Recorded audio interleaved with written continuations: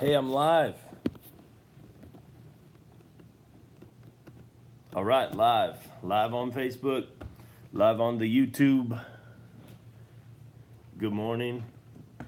Welcome. Gonna wait for a minute, see who's awake. Somebody's awake. A couple people are awake. Good morning, guys. Good afternoon, Estelle. Good morning, Cindy and Shanna. Thank you guys for staying with me. Good morning, John. Good morning, Darren. Same crew. Good morning, Pat. 6 a.m. is coming. Still got a couple minutes. Somehow I got on here a few minutes early. Good morning, Judy. I'm glad you found me this morning. Sometimes Judy tells me, well, Judy, you're not the only one. Some people have, for some reason, they've looked for me in the morning and have not, like, it's as if Facebook is hiding me. I don't know how that's possible, but I've been told that a couple of times. Good morning, Lori. Good to see you guys on here this morning. Hope you guys had a good sleep last night. I know it's afternoon for some, depending on where you're at. People watching this later in the day as well. Good afternoon, good evening. The sisters are back, good. Welcome. All right, guys. Almost 6, almost ready to go. Yeah, I didn't have notifications on. Yeah, it's I'm glad I got you. Glad I got you. Good morning, Drew. Yeah, Facebook is weird. I mean, just the way that it shares your stuff and doesn't share your stuff. And I mean, I'm sure it's smart. It's keeping track of who actually wants to be part of this, and it'll show it to them. But over time, it gets less people to see it because it knows that a lot of people just aren't interested. So that's just how it works. It's tracking what people do with it as it comes through their feed. So, good. Got some more Bible to talk about, to read this morning. We're going to be in Matthew chapter 18, finishing out the chapter. I did kind of look into the beginning of 19, just because I'm overly ambitious. So we'll see. I don't have any. You can see by the title how far I expect to get. Expect to finish out chapter 18 today. Good morning, Luke. Good morning, Mike. Good. I'm expecting to finish out chapter 18, but I kind of wondered if I would get through it quickly, as I don't know why I would ever have that intention, because I never get through any of it quickly. But if I do get through it quickly, we'll get into 19. Got some good stuff this morning, though. It's kind of picking up from where we were yesterday. Good morning, Kristen. Is that Michaela? Good morning. Claire, good morning. All right. Good to see you guys. 6:01. It's about 15 of us here. Excited to have you guys on. Gonna get rolling here. Man, you know what? It's such an amazing thing that you guys, a lot of you guys are getting up early to be part of this with me. So that's always an amazing thing. I love the little thumbs. The little thumbs up are always fun. And if I happen to say something funny, give me a laughy face. That's the closest thing to human interaction that we have here. So, all right, guys. Here we go. Let's pray. Let's get started. 6:02. People will come on as we're going. Let's pray. Lord, I just thank you for these people. I'm so blessed that people would get up with me in the morning and keep me going, keep me being in your word. Lord, I just pray that you would bless them, that you'd speak to them, that you would be prophetic in the way that you talk to us by your spirit, that you would speak to real issues that are going on. We ask in Jesus' name. Amen. Good. So, hope you guys, this was a challenge I put out for you guys yesterday, if you guys were with me. I just encourage you guys, get up a few minutes early. and or even just like come on a few minutes late, and just take some time and just pray. A couple minutes, 10 minutes, 5 minutes. I like to set a timer, and give myself a certain amount of time just to pray. I really feel like this. There's value in this for sure. But if you waking up at 6 a.m. Because you were part of this, if you traded that out for waking up at 6 a.m. and just praying and spending time with the Lord, I think you would get more out of that than you would out of this. And so I don't want you to not be part of this, but I hope that this causes you to draw near to Jesus and just spend some time in prayer with the Lord on your own. And so I would say prioritize that in the morning. Set a timer for 5 minutes and just spend 5 minutes just lifting up your day, the things that are going on. Maybe lift up this ministry, lift up these people or your family or the things that are going on in your life. And then, come on 5 minutes late. I would encourage you in that. That's going to give you, that's just, I really feel like the value in this is that it points you to Jesus. And so if you take that time and you just say, you know what, I'm going to skip Johnny today and I'm going to just spend half an hour in prayer, that's totally cool. Like that's a lot. But it's totally good. I'd love to have this propel you in that direction. So that's just my challenge for you as you're getting up anyway. Maybe if you want to be on right at the start, I love that. Just get up 5 minutes earlier and just spend some time in prayer. On your own, just quietly talking to Jesus in your house. So here we go. So we are in chapter 18, and chapter 18 has been this awesome teaching on how to deal with those who have wronged us. That's what we talked about yesterday. Your brother sins against you, and you are to go to him, right? And you're to one-on-one keep this between you and him. And you basically say, hey man, you offended me. This is how you offended me. You've done me wrong. This is how you did me wrong.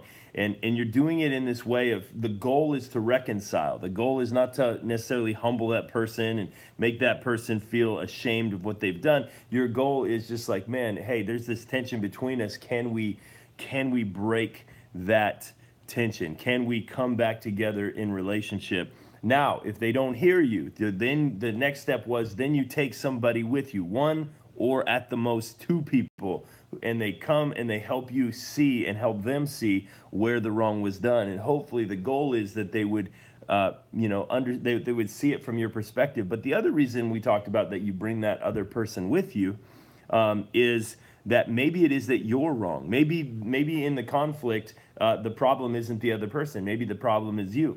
And so that person, you get an outsider who can help you kind of see both sides, help you see it from another perspective. And then if they don't listen, if you're all in agreement that person did you wrong and they don't agree, then you take it to the authority even within the church. And then at that point, if they're not listening, then this is speaking of relationships in Christian context. And at that point, it's just like, well, they have no desire to reconcile. So then you just kind of, well, then I guess we're not family. So it's an interesting section. Go back, listen to tomorrow's if you want to. And then we get into verse 21. Here's where we're at. Still on this idea of forgiveness and what to do with it. Verse 21. Then Peter came up and said to him, Lord, how often will my brother sin against me and I forgive him? As many as 7 times? So Peter, he's getting it, right? He understands it. He said, okay, so if my brother sins against me, I'm to go and restore. So I go to my brother in private on my own, like you said, Jesus, and I pull him aside and I say, buddy, you did me wrong here. And he says, oh man, I'm sorry. I'm sorry I did that. And then in that point, you just like, okay, I forgive you. And then the next day he goes and he does the same thing again.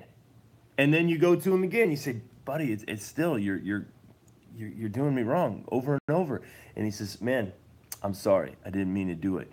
Okay, I forgive you. And then the next day he does it again, or maybe a week down the road or a month down the road, he keeps doing the same problem, the same sin. I don't know if you've ever met anybody like this.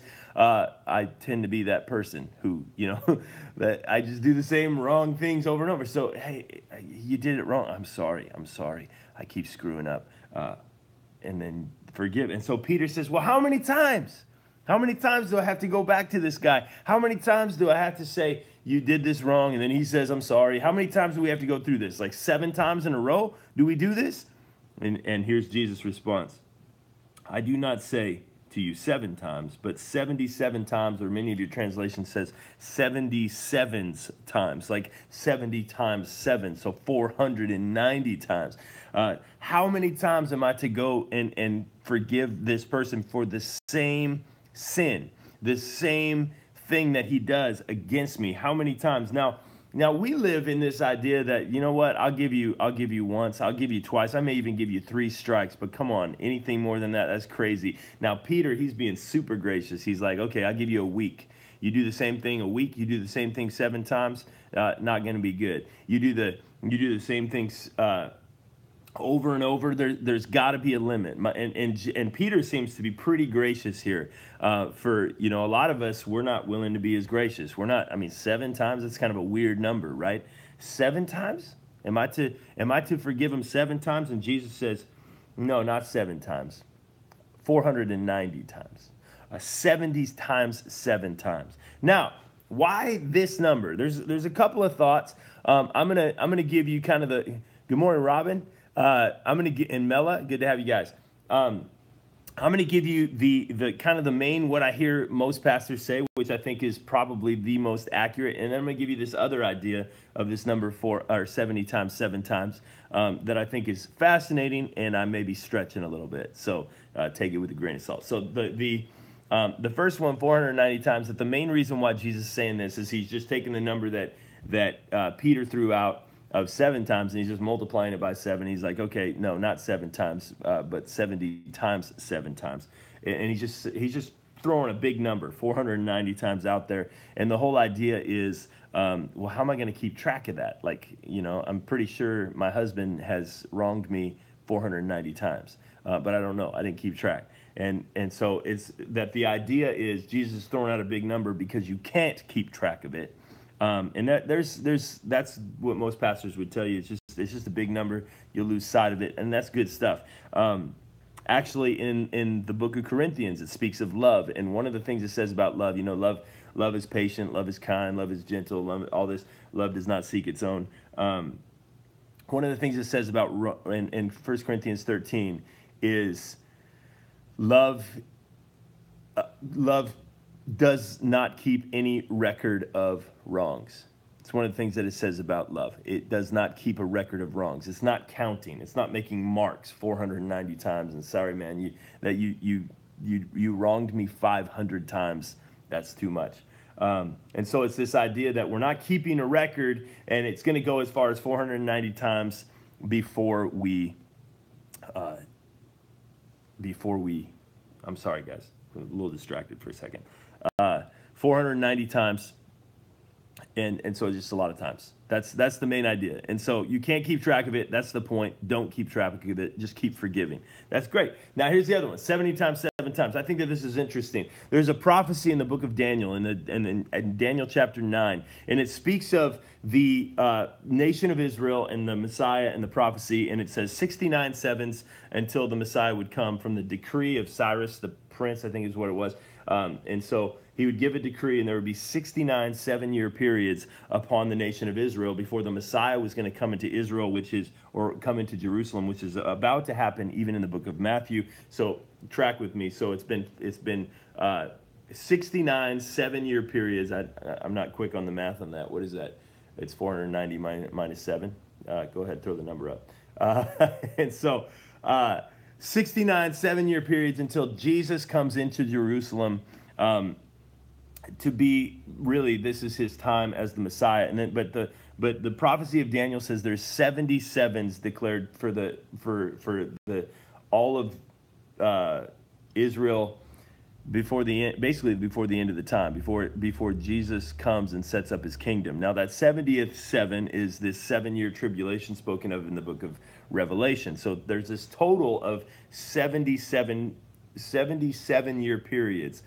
69 of those 7s is from the time of this decree to rebuild the temple. 483. Good. 69 7-year periods until the Messiah would come into Jerusalem. And then there's this break, this pause. We're currently living in this pause.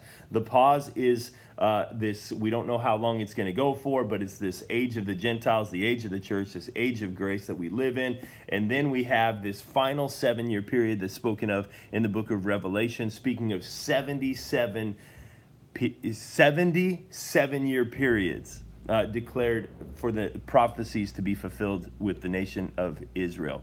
Okay? And then that 70th 7-year period is the end of time as we know it, the end of the world as we know it. Everything changes after that. And so here's the thing. How many times am I to forgive until the end of time?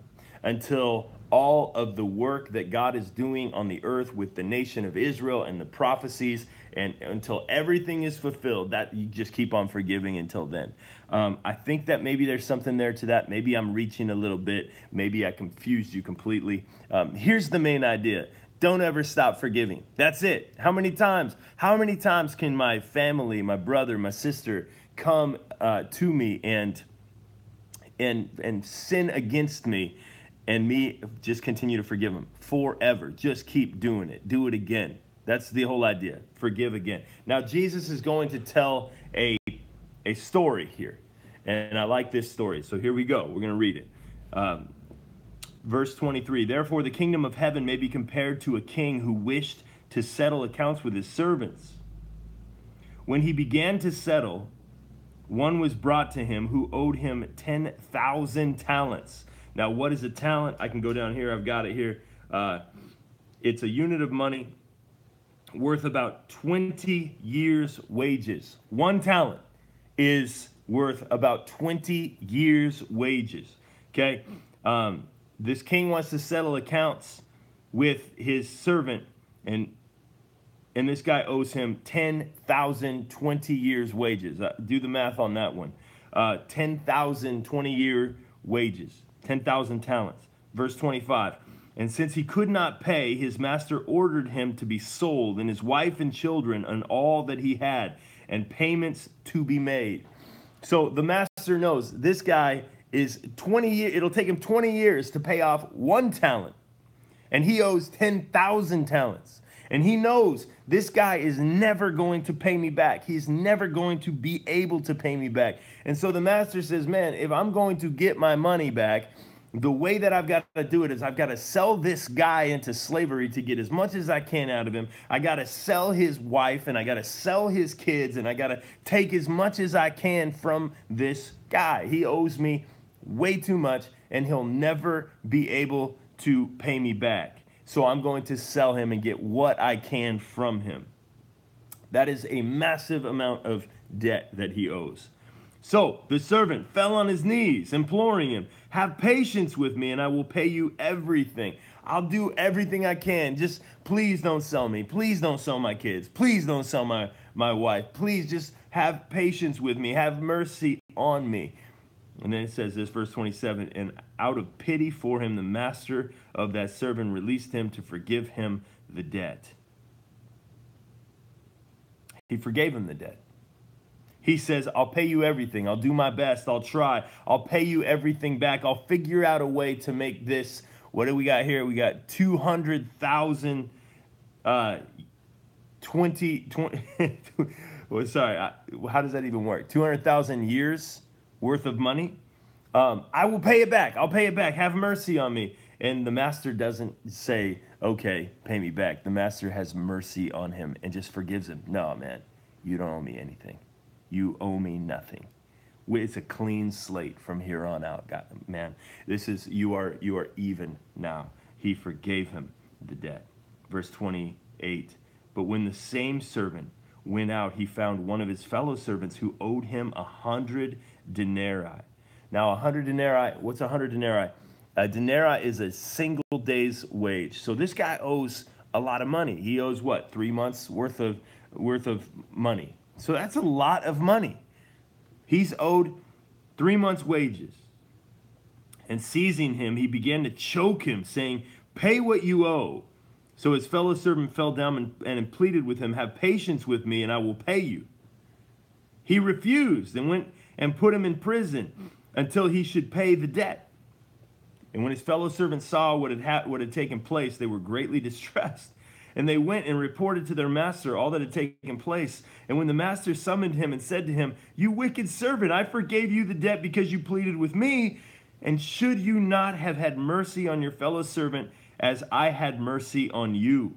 And in anger his master delivered him to the jailers until he should pay all his debt. So also my heavenly Father will do to every one of you if you do not forgive your brother from your heart. Okay, I just read that whole thing. Now let's talk about it. Okay, we got like 12 minutes. Man, this guy owes 200,000 years worth of money. He owes an amount that he will never be able to pay back. He owes more than the value of his whole family. They will never be able to pay him back. And he is instantly forgiven. He is forgiven. The master shows mercy. And another comes to him and owes a lot. Yes, 3 months' wages. He owes him a lot. And he is not forgiving of this person. Now remember the context of this and what we're talking about. This is in response to Peter saying, how many times are we to forgive? So what is it that Jesus is saying? Jesus is saying this: you have been forgiven. You have been forgiven infinitely more than what you're being asked to forgive. One of the problems in our culture and in our time is that we think of ourselves as good people. It's a common really belief and teaching. We think of ourselves as generally good people. We think that there are bad people out there and that we are good people. I was talking to a pastor actually not too long ago, and he was talking about that when the Bible talks about us being bad people, we're like, yeah, I cheated on a math test in middle school or something like that. Like that's what makes us bad people. No, at the heart, we are far worse than we think we are. What's amazing is we can easily see it when we look at other people. When we look at a toddler, we can see sin nature is within them. When we read through our Facebook page, or we look at the news, or we go to another part of town where people are different than the people that are in the part of town that we live in, so they act a little different, they have a different financial status, or they, and maybe we're from the poor part of town and we go to the rich part of town, and we're just like, look at these people, they're obsessed with money and consumption and consumerism, or maybe we're from the rich part of town and we go to the poor part of town and we're just like, look at these people, they got all these issues going on, and if they just fix these issues, then they would be good like us. And so we tend to think they out there are bad people, but we in here are good people. We might look and go to, we could look at Nazi Germany, or we can look at like some of these places in the Middle East and some of the evils that are going on there, and we can say we are good, they are bad. We can watch the news and see the terrible things that are going on in the news, and we can say, look at all of the bad people. I did not know that there were so many bad people. And yet we are so unaware of our own weaknesses. We're so easy and quick to forgive our own weaknesses. I had a guy a long time ago, this guy who I knew that he was a drug user and an alcoholic. And he had heard that I was, not tidy. I didn't clean well. I did not clean my house. I did not, that this was something, my wife basically does the majority of the work in our house. And he was ragging on me for it. He was just like, man, really? Because this one thing that this guy had going for him is he was clean. He was neat, organized. And so he's just ragging on me for like, hey, are you kidding me? Your wife does your laundry? That's just, and here I'm just like, man, isn't it amazing how gracious we are with our own failings and how harsh we can be on somebody else's failings? So this first thing that we need to understand when we're dealing with this area of forgiveness, this first thing that we need to understand is that we owed infinitely more and God forgave us infinitely more. We need to truly focus on and be aware of and dig into the fact that we have failed, that we are a forgiven people. Only when we understand that we are a forgiven people can we rightly relate to other people around us. If we're just judging them, that somehow I'm the standard, other people are more gracious than me, or other people who have sinned less than me, man, I can be good to them, but people who've sinned more than me, I can't. There's a story, one of my favorite stories in the New Testament, in the Bible, speaks of how the one who is forgiven much loves much. The one who is forgiven much loves much. There's a woman who is known as a sinful woman. People believe that she is a prostitute or was a prostitute, and she comes into the house of a religious man while Jesus is having dinner with him. And she comes and she begins to just sit at his feet and cry, and her tears wet his feet, and she takes her long hair and she wipes his feet. And the religious man is looking at Jesus and saying, man, if this man knew what kind of woman this was, then he would not let her touch him. And Jesus, knowing this man's thoughts, tells the story of two people who owed money, one who's forgiven a lot and one who's forgiven a little. And he said, which do you suppose would love more? And even the religious man understood, surely the one who's forgiven more will love more. It is so important to understand, how much we've been forgiven.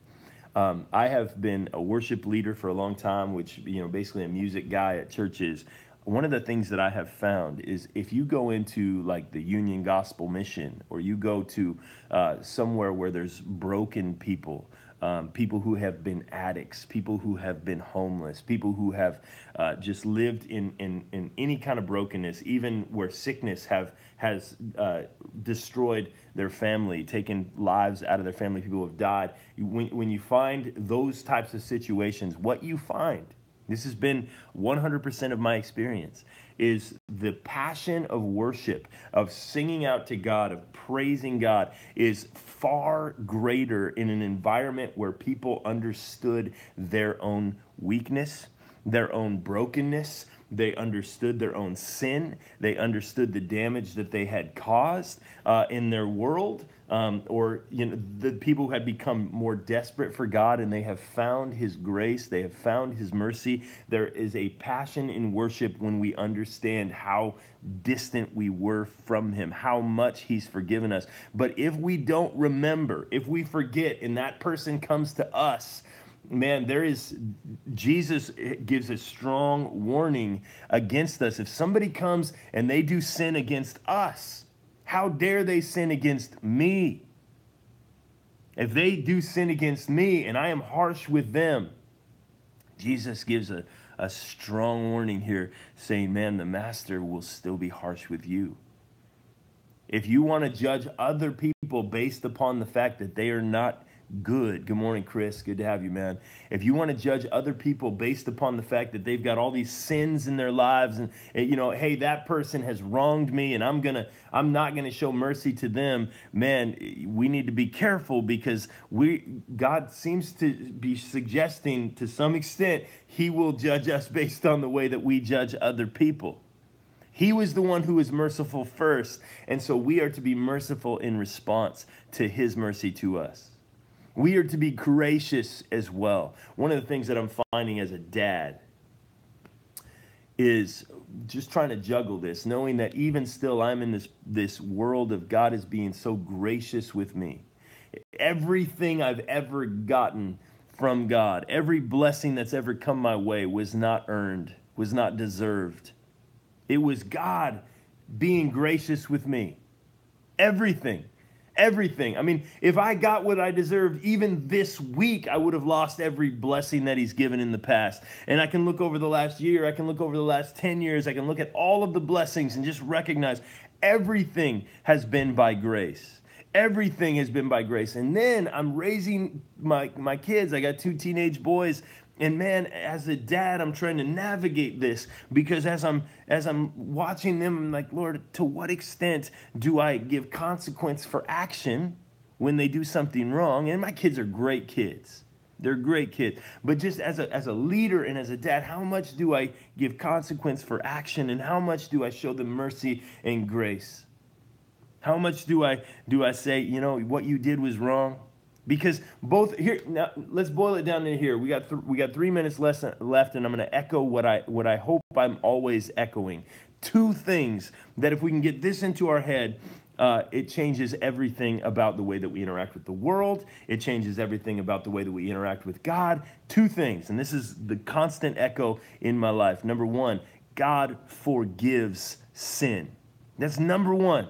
God forgives sin. Your sin, as you are like ruining your life with your sin, as you're involved in stuff you shouldn't be involved in, and we're going to talk about divorce tomorrow, and all of this is going to come into a realistic play of how to be in a married relationship in this kind of context. But number one, God forgives sin. No matter what your sin is, God forgives it. Anything you bring to him, he forgives you.